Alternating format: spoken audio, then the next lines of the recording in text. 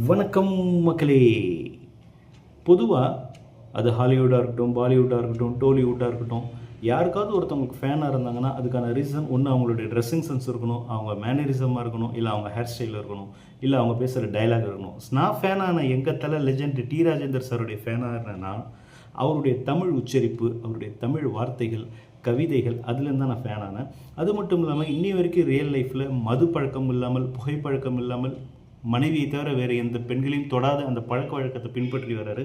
So அதே பாலிசியை தான் அவருடைய ஃபேனான நான் ஃபாலோ பண்ணிட்டு வரேன். இன்னும் சொல்லப்போனால் அவருடைய ஃபேன்ஸ் நாங்களும் ஃபாலோ பண்ணிட்டு வரோம். சார்கிட்டேருந்து நான் கற்றுக்கிட்ட ஒரு விஷயம் என்னன்னா மியூசிக்னால் வெறும் இன்ஸ்ட்ருமெண்ட் இருந்தால் தான் மியூசிக்னு சொல்லணும் இல்லை.